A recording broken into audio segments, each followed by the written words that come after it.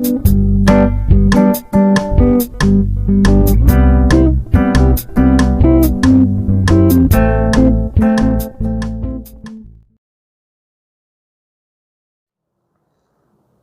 Friends, હું છું પ્રતિક પટેલ અને તમારું સ્વાગત કરું છું ભૌતિક વિજ્ઞાનના વિડીયો લેક્ચરમાં. ધોરણ 11 ચેપ્ટર નંબર 3 સુરેખ પથ પર ગતિમાં આજે આપણે ખૂબ જ મહત્ત્વની એક થિયરીની ચર્ચા કરવા જઈ રહ્યા છીએ, જેનું નામ છે પ્રવેગ. બરાબર. સૌપ્રથમ તો પ્રશ્ન શું છે એ સમજીએ કે પ્રવેગની વ્યાખ્યા આપો અને પ્રવેગની ટૂંકમાં સમજાવો. હવે કહેવાય ટૂંકમાં સમજાવો, પણ આની વિગત ઘણી બધી છે અને બહુ જ મહત્ત્વનું છે. પ્રવેગ કોને કહીશું? તો કે વેગમાં થતા ફેરફારના સમય દરને પ્રવેગ કહે છે. વેગમાં થતા ફેરફારના સમય દરને પ્રવેગ કહે છે. બીજા શબ્દોમાં જો મારે કહેવું હોય તો બીજા શબ્દોમાં આપણે એવું પણ કહી શકાય કે એકમ સમયગાળામાં, બરાબર, એકમ સમયમાં પદાર્થના વેગમાં થતા ફેરફારને પ્રવેગ કહે છે. આપણે એવું પણ કહી શકાય. એટલે કે સાદી રીતે મારે કહેવું હોય તો શું કહી શકાય? પ્રવેગ બરાબર શું થાય? તો પ્રવેગ બરાબર વેગ ભાગ્યા સમય. પ્રવેગ બરાબર શું કહેવાય? વેગ ભાગ્યા સમય. તો સુરેખ પથ પર ગતિ કરતા કણનો ધારો કે t1 સમયે વેગ v1 હોય અને t2 સમયે વેગ v2 હોય, તો એનો સમયગાળો શું થયો? Delta t is equal to t2 minus t1 અને વેગમાં ફેરફાર કેટલો થયો? Delta v is equal to v2 minus v1. તો આપણે જ્યારે ફેરફાર લઈએ છીએ, સમયગાળાનો ફેરફાર અને વેગનો ફેરફાર, આપણે અગાઉ પણ જ્યારે વેગ અને ઝડપ ભણ્યા હતા ત્યારે પણ આપણે જ્યારે ફેરફાર લીધો હતો ત્યારે આપણે સરેરાશ લીધું હતું. એટલે આપણી પાસે સૌ પ્રથમ તો વ્યાખ્યા અનુસાર લખવું હોય તો શું લખી શકાય? સરેરાશ પ્રવેગ એની સંજ્ઞા છે a અને બાજુમાં બે બાજુ બોક્સ છે. પ્રવેગને આપણે કહીએ છીએ એસિલરેશન. જેમ વેલોસિટીને આપણે વેગને આપણે વેલોસિટી કહેતા હતા, એમ પ્રવેગને આપણે એસિલરેશન કહીએ છીએ. તો એની સંજ્ઞા છે a. વેગમાં થતો ફેરફાર ભાગ્યા સમયગાળો. હવે વેગમાં થતો ફેરફાર આપણે લઈએ તો શું લઈશું? તો વેગમાં થતો ફેરફાર અંતિમ વેગ માઇનસ પ્રારંભિક વેગ ભાગ્યા સમયગાળો આપણે લઈશું. શું લઈશું? અંતિમ સમય માઇનસ પ્રારંભિક સમય. આપણે આટલું લઈશું. તો આપણી પાસે સરેરાશ પ્રવેગનું સૂત્ર શું આવશે? તો કે અંતિમ વેગ આપણે લઈએ v2 માઇનસ v1 ભાગ્યા t2 માઇનસ t1. તો આપણે કહી શકાય કે સરેરાશ પ્રવેગ બરાબર delta v upon delta t. સરેરાશ પ્રવેગ બરાબર delta v upon delta t. તો આપણી પાસે સરેરાશ પ્રવેગનું સૂત્ર આવી ગયું. જેમ વેગ એ સદિશ રાશિ છે, તેમ પ્રવેગ પણ કેવી રાશિ છે? સદિશ રાશિ છે. કારણ કે એ રાશિનું મૂલ્ય અને દિશા બંને ધરાવે છે. મૂલ્ય પ્લસ દિશા બંને હોય છે. એટલે એ કેવી રાશિ છે? સદિશ રાશિ છે. અને તેની દિશા, વેગનો ફેરફાર જે દિશામાં થતો હોય, દિશા વેગના ફેરફારની દિશામાં હોય છે.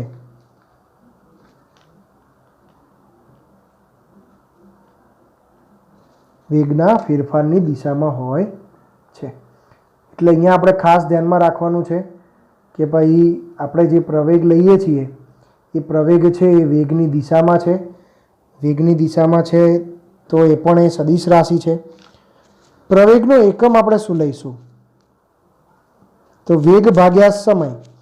તો વેગનો એકમ થાય મીટર પ્રતિ સેકન્ડ ભાગ્યા સેકન્ડ. સેકન્ડ જશે નીચે તો એનો એકમ આવશે મીટર પ્રતિ સેકન્ડ સ્ક્વેર, જેને આપણે આ રીતે પણ લખી શકાય મીટર સેકન્ડની -2 ઘાત. આ રીતે પણ લખી શકાય. CGS તમે લેવું હોય તો શું લેશો? સેન્ટીમીટર પ્રતિ સેકન્ડ સ્ક્વેર, બરાબર. આ રીતે તમે એકમ લઈ શકો છો. એનું પારિમાણિક સૂત્ર આપણે બનાવવું હોય તો પારિમાણિક સૂત્ર આપણે કઈ રીતે બનાવીશું? તો અંતરનું પારિમાણિક સૂત્ર લઈએ તો L1 T - 2, તો M0 L1 T - 2. જો વેગમાં ઘટાડો થાય, વેગમાં ઘટાડો થાય તો તેને આપણે શું કહીએ છીએ? તેને આપણે કહીએ છીએ પ્રતિપ્રવેગ. જો વેગમાં ઘટાડો થાય અથવા તો વેગ માઇનસમાં મળે તો આપણે એને શું કહીએ છીએ? પ્રતિપ્રવેગ, બરાબર. પણ આગળ જેમ આપણે જોયું હતું એમ અહીંયા પણ આપણે ચર્ચા કરી શકાય કે ભાઈ સરેરાશ મૂલ્ય છે એ સરેરાશ મૂલ્ય આપણને શું આપે છે? તો કે સરેરાશ મૂલ્ય આપણને ફક્ત ને ફક્ત ખાલી જાણકારી આપે છે, પણ ચોક્કસ સમયે ચોક્કસ પ્રવેગ એટલે કે ચોક્કસ વેગમાં થતો ફેરફાર આપણે જાણી શકતા નથી. તો આપણે એના માટે શું કરવું પડશે? તો કે તત્કાલીન પ્રવેગ મેળવવો પડશે. આપણે એના માટે શું કરીશું? તો કે આપણે એના માટે તત્કાલીન અથવા તો તત્કાલીન પ્રવેગ મેળવવો પડશે. તો તત્કાલીન પ્રવેગ મેળવવા માટે આપણે શું કરીશું? તો આપણે જેમ અગાઉ લીધેલું છે તે પ્રમાણે લિમિટ લઈશું અને એમાં સમયનો ગાળો કેવો કરી દઈશું? સૂક્ષ્મ. Limit delta T tends to 0 આપણે અહીંયા મૂકીએ તો આપણને શું મળશે? સરેરાશ પ્રવેગમાંથી તત્કાલીન પ્રવેગ મળશે. જેમ કે અહીંયા હું તત્કાલીન પ્રવેગને એ વડે દર્શાવું છું તો આપણે શું કરીશું?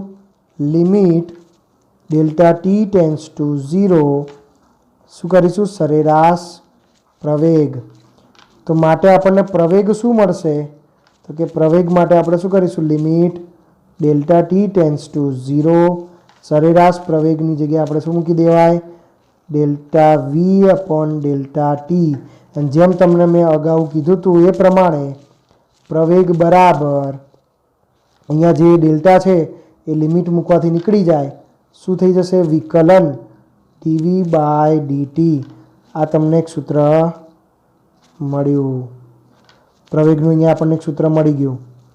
પ્રવેગ બરાબર dv/dt. આ રીતે આપણને એક સૂત્ર મળે છે. પ્રવેગ બરાબર dv/dt. બરાબર છે. તત્કાલીન પ્રવેગ માટે આપણે શું કર્યું? Limit delta T tends to 0 ને એપ્લાય કરી. શેમાં કરી? તો સરેરાશ પ્રવેગમાં કરી. તો એ બરાબર limit delta T tends to 0 સરેરાશ પ્રવેગ.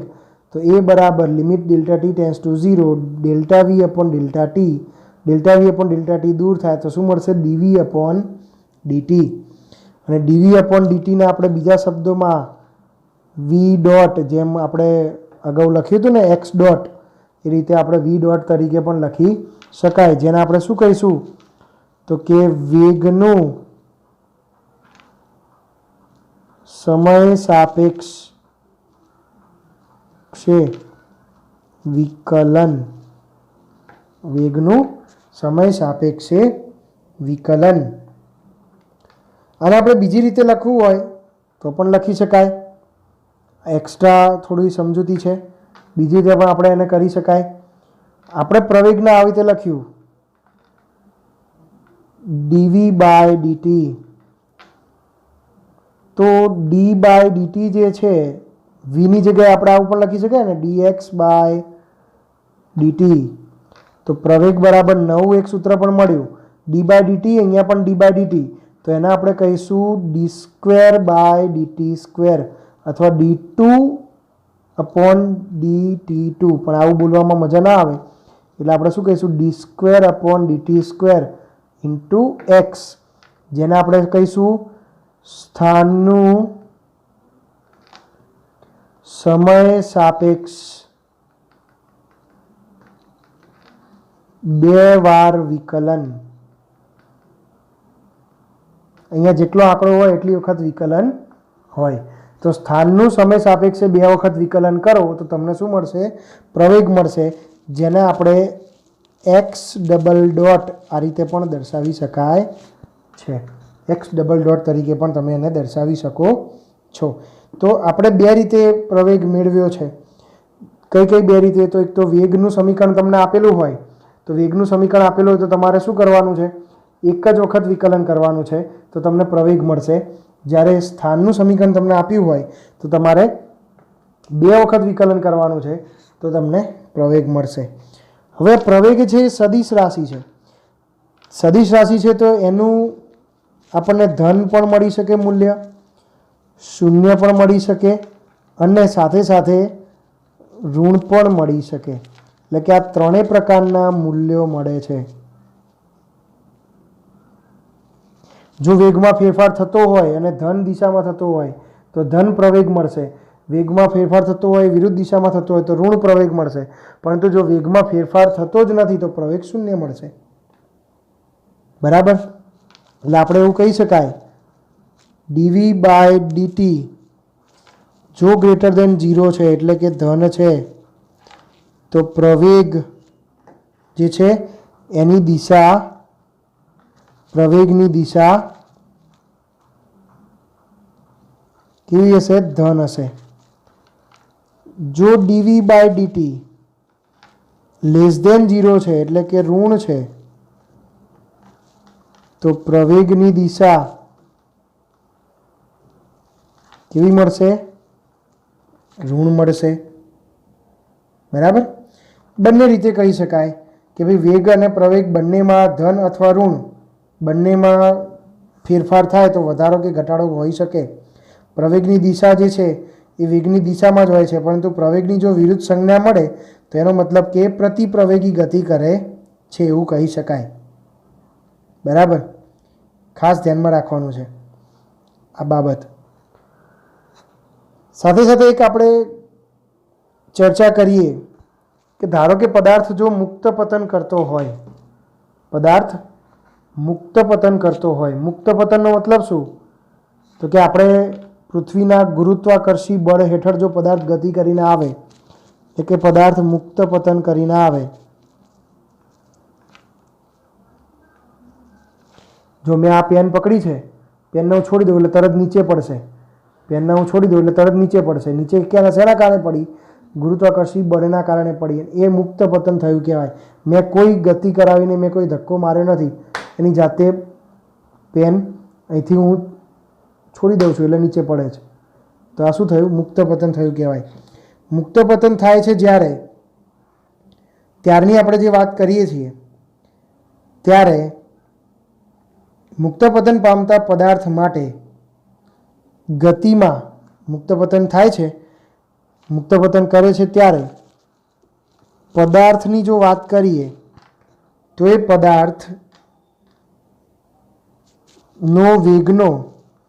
પદાર્થનો વેગનો ફેરફારનો દર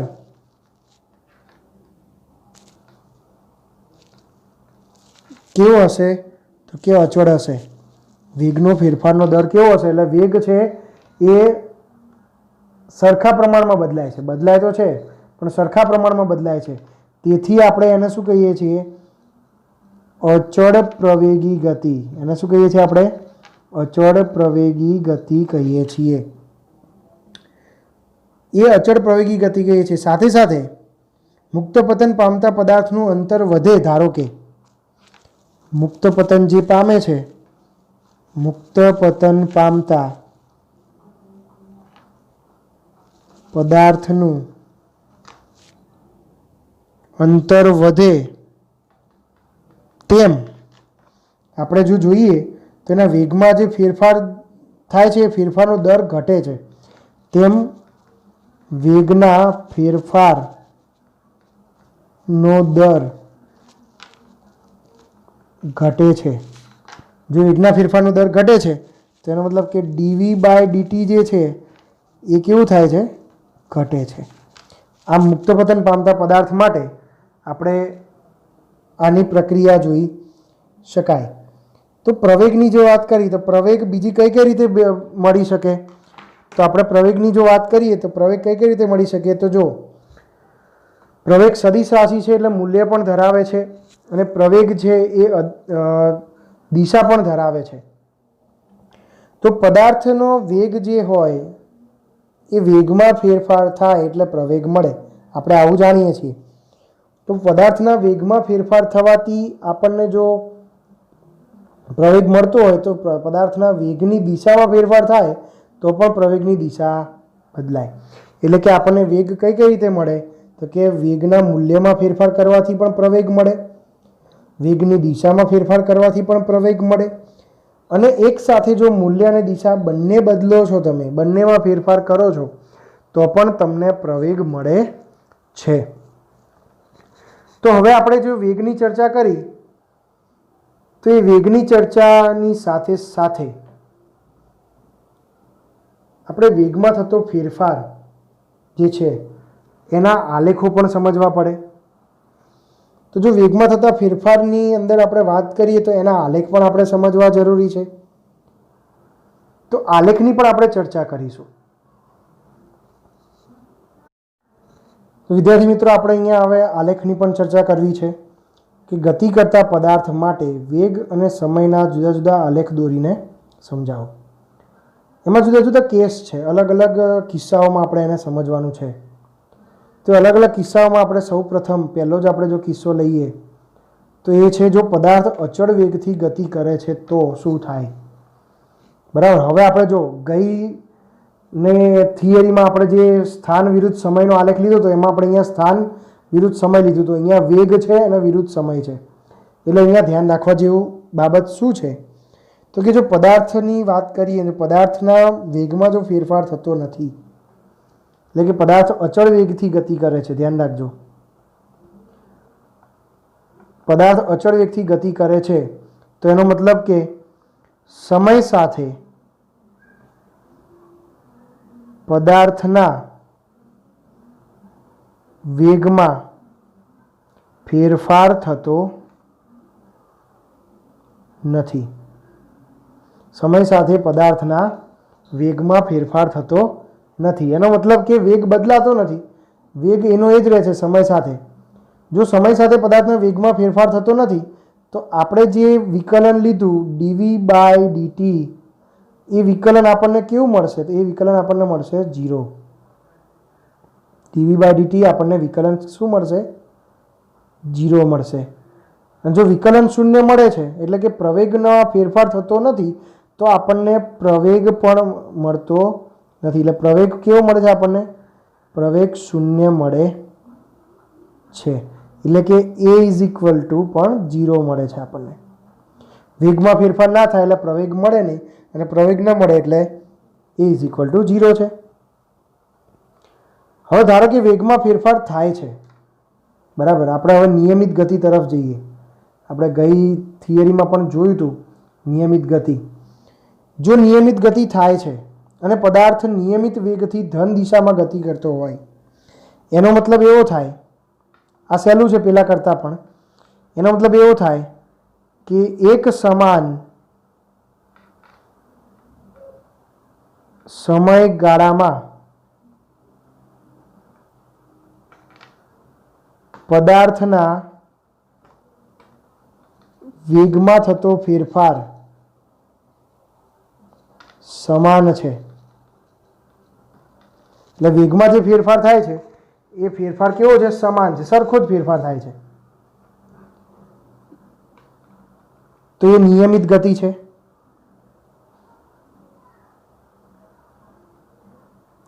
પરંતુ નિયમિત ગતિમાં ગઈ વખતે આપણે બે કિસ્સાઓ લીધા હતા કે ધન દિશામાં ગતિ થતી હોય તો શું અને ઋણ દિશામાં ગતિ થતી હોય તો શું.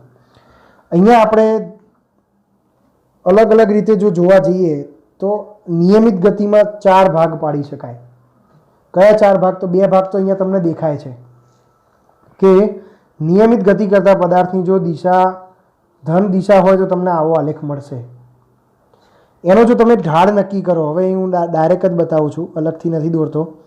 એનો જો તમે અહીંયા ઢાળ નક્કી કરો તો આ એ બિંદુ, આ બી બિંદુ અને આ સી બિંદુ, જો તમે ઢાળ નક્કી કરો તો આનો જે ઢાળ છે એ તમને ફરી અગેન tan θ આપશે, અને એ ઢાળ તમને શું આપશે? AB/BC, અને AB/BC બરાબર તમને મળશે ΔV/ΔT. તો એનો મતલબ કે ઢાળની વેલ્યુ જે છે એ ઢાળની વેલ્યુ તમને સરેરાશ પ્રવેગ આપે છે. બરાબર. સ્થાન વિરુદ્ધ સમયનો આલેખ દોરો છો તો ઢાળની વેલ્યુ સરેરાશ વેગનું મૂલ્ય આપે છે. જ્યારે વેગ વિરુદ્ધ સમયનો આલેખ તમે દોરો છો ત્યારે ઢાળની વેલ્યુ તમને સરેરાશ પ્રવેગનું મૂલ્ય આપે છે. એટલે કે સમાન સમયગાળામાં પદાર્થના વેગમાં થતો ફેરફાર સમાન જોવા મળે છે. તો જો ધન દિશામાં ગતિ કરશે તો તમને આવો આલેખ મળશે, ઋણ દિશામાં ગતિ કરશે તો તમને આવો આલેખ મળશે. પરંતુ તમને બીજા બે આલેખ તમને સમજાવવા છે કે જો નિયમિત ગતિ કરે છે પરંતુ એની સાથે સાથે જો શરૂઆતથી જ જો ઋણ ગતિ કરતો હશે, ત્યાં અહીંયા સમજવાનું જે એ છે ખાસ, નિયમિત ગતિ કરે છે પણ નિયમિત ગતિની સાથે સાથે શરૂઆતથી જ ઋણ દિશામાં ગતિ કરે છે.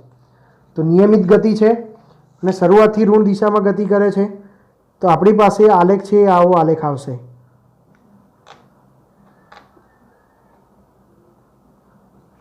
બરાબર. શરૂઆતથી જ ઋણ દિશામાં ગતિ કરે છે તો ઋણ દિશામાં ગતિ આપણને આવો આલેખ આપશે. બરાબર. અહીંયા આપણે આ દિશામાં વેગ લઈશું અને અહીંયા આપણે સમય લઈશું. એટલે કે આમાં આપણે એવું કહી શકાય કે પદાર્થ ગતિની શરૂઆત જ ઋણ દિશામાં કરે છે. ગતિની શરૂઆત ઋણ દિશા તરફ કરે છે. બરાબર. ત્યારે તમને આવો આલેખ જોવા મળે છે. એટલે તમને આ આલેખ મળશે.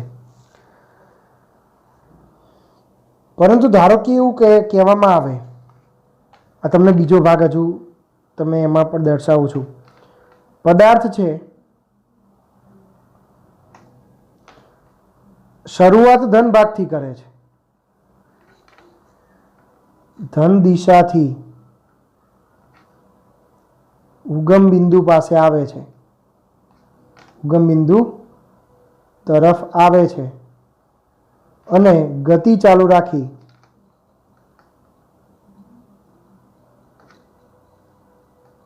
ઋણ દિશામાં જાય છે.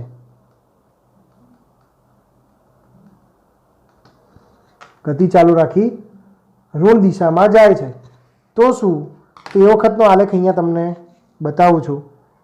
એ વખતનો આલેખ તમને ધન અને ઋણ બંને દિશામાં મળશે. આ આપણી વાય અક્ષ છે, આ આપણી એક્સ અક્ષ છે. અહીંયા આપણે વેગ લીધેલો છે, અહીંયા આપણે સમય લીધેલો છે. પદાર્થ ધન દિશાથી શરૂઆત કરી ઉદ્ગમ બિંદુની નજીક આવે છે. એટલે અહીંથી શરૂઆત કરશે અને ઉદ્ગમ બિંદુની નજીક તરફ જશે અને ઉદ્ગમ બિંદુની નજીક તરફ જઈને પછી પાછો ઋણ દિશામાં જાય છે. એટલે એ પદાર્થ આ રીતે આલેખ આપશે તમને. બધા તમને આલેખ આપશે આ રીતે. એટલે કોઈ ચોક્કસ સમયે પાછું શું થઈ જશે, એનો પ્રવેગ શૂન્ય થશે અને પછી પાછું એનો પ્રવેગ નીચે ઋણ દિશામાં પ્રતિપ્રવેગી ગતિ તમને આપશે. તો આમ વેગ વિરુદ્ધ સમયના આલેખમાં આપણે પહેલો આલેખ જોયો, એમાં એવું કીધું વેગ બદલાતો નથી. તો તમને વેગ બદલાતો નથી, અહીંયા આપણે જોયું ને, આ પહેલો જ આલેખ વેગ બદલાતો નથી. તો તમને આલેખ જે મળ્યો એ આલેખ એક્સ અક્ષને સમાંતર મળ્યો. એક્સ અક્ષને સમાંતર એટલે કે સમય અક્ષને સમાંતર તમને આલેખ જોવા મળે છે. તો સમય અક્ષને સમાંતર આલેખ મળ્યો. નિયમિત ગતિ કરે છે તો 4 પ્રકારના આલેખ મેં તમને સમજાયા. નિયમિત ગતિ કરે છે જો ધન દિશામાં છે તો આ આલેખ મળશે, ઋણ દિશામાં છે તો આ આલેખ મળશે. પરંતુ ગતિની શરૂઆત જ જો ઋણ દિશામાં કરે છે તો આ આલેખ મળશે. ધારો કે ગતિની શરૂઆત ધન દિશાથી શરૂ કરી ઉદ્ગમ બિંદુ તરફ આવતો હોય તો આ રીતે તમને આલેખ મળે અને ફરી પાછો ગતિ ચાલુ રાખી ઋણ દિશા તરફ જતો હોય તો તમને આ રીતે કન્ટિન્યુઅસ આલેખ મળશે. તમે નિયમિત ગતિ કરતા કોઈ પણ આલેખનો ઢાળ શોધો છો તો એ ઢાળ તમને સરેરાશ પ્રવેગની કિંમત આપે છે. ઢાળ તમને શું આપે છે? સરેરાશ પ્રવેગની કિંમત આપે છે. એટલે કે આપણને અહીંયા શું મળશે? સરેરાશ પ્રવેગ મળશે. અને છેલ્લે આપણને ખબર છે કે કોઈ પદાર્થ છે એવો પણ હોય કે જે અનિયમિત વેગથી, એટલે કે કેવી ગતિ કરતો હોય? અનિયમિત ગતિ કરતો હોય. અનિયમિત ગતિ કરે તો એનો મતલબ કે એનો કોઈ સમયગાળો પણ નક્કી ના હોય અને એનો વેગનો ફેરફાર પણ નક્કી હોતો નથી. તો જુદા જુદા સમયગાળામાં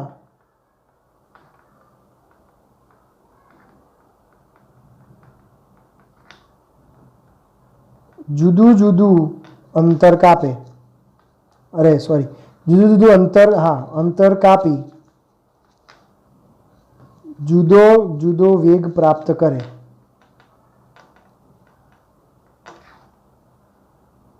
એટલે કે એ પદાર્થ કેવી ગતિ કરી કહેવાય? અનિયમિત ગતિ કરી કહેવાય. તો આપણે આ ચેપ્ટરમાં અત્યાર સુધી સ્થાન વિશે ચર્ચા કરી, સ્થાનાંતર, પથ લંબાઈ વિશે ચર્ચા કરી, ઝડપ, વેગ, પછી પ્રવેગની ચર્ચા કરી, સ્થાન વિરુદ્ધ સમયનો આલેખ લીધો, વેગ વિરુદ્ધ સમયનો આલેખ લીધો. તો અત્યાર સુધીની આપણે બધી જ બેઝિક, આ ચેપ્ટરની બેઝિક બધી જ માહિતીની આપણે ચર્ચા કરી છે. પણ આગળ જતાં તમે ધોરણ 9માં ભણેલા છો એ થિયરીને આપણે ફરી ભણવાની છે, અને એ થિયરીનું નામ છે અચળ પ્રવેગી ગતિના સમીકરણ. અને એ સમીકરણને આપણે અહીંયા સોલ્વ કરવાના છે. એ સમીકરણ આપણને ખૂબ જ અગત્યની માહિતી પૂરી પાડે છે અને ખૂબ જ ઉપયોગી સૂત્રો પણ પૂરા પાડે છે. એટલે એ સમીકરણની આપણે ચર્ચા કરીશું. આવતા લેક્ચરમાં આપણે મળીશું અચળ પ્રવેગી ગતિના સમીકરણો સાથે.